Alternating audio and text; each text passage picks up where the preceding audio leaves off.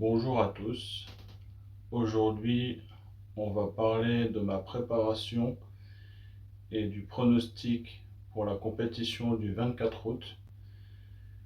Donc quand cette vidéo sortira, ça sera 2 jours après. Pour ce qui est de la préparation, donc une semaine avant, je me suis pu entraîner pour récupérer, que ce soit musculaire ou tendineux. Vu que je porte quand même assez lourd, je laisse une semaine avant la compétition. Après, tout dépend des personnes.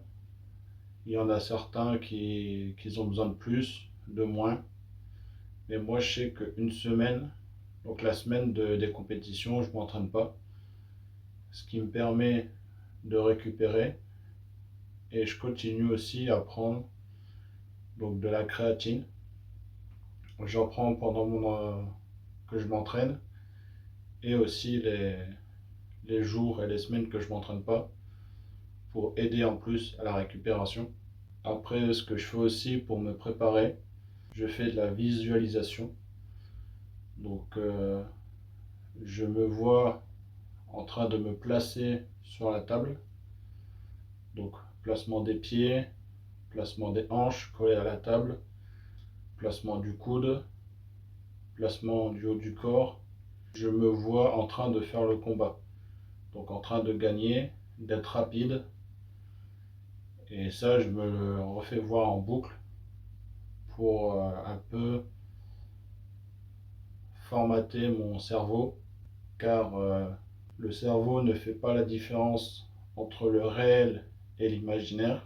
Les autosuggestions peuvent être aussi très intéressants, et c'est ce que j'utilise aussi, de dire une phrase en boucle positive pour aider à rester concentré, à se motiver.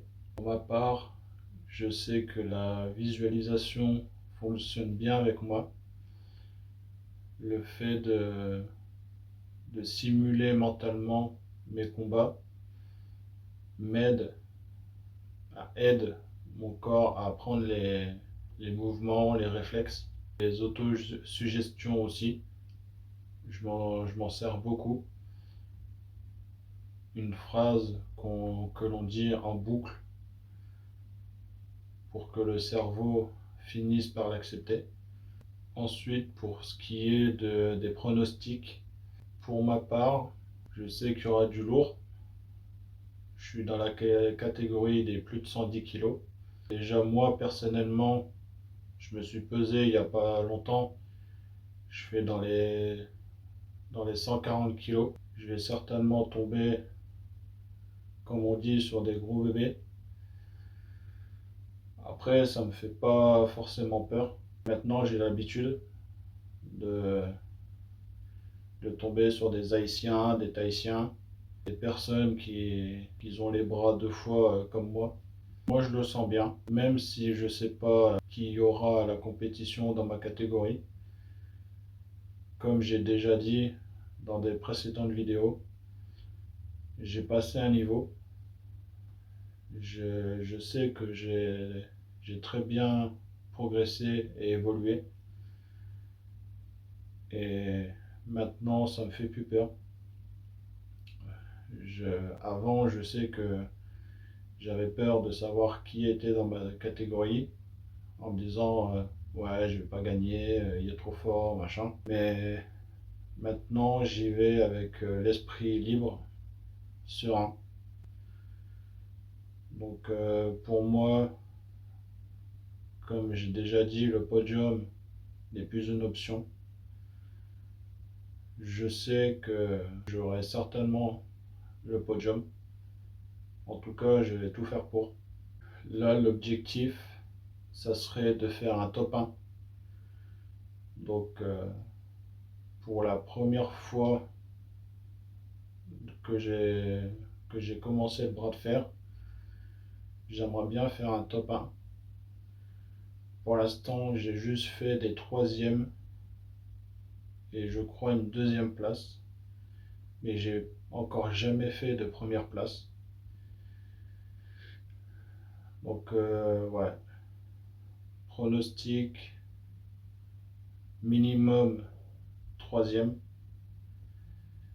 Et on va tenter le top 1. En tout cas, moi je sais que je vais faire de mon mieux.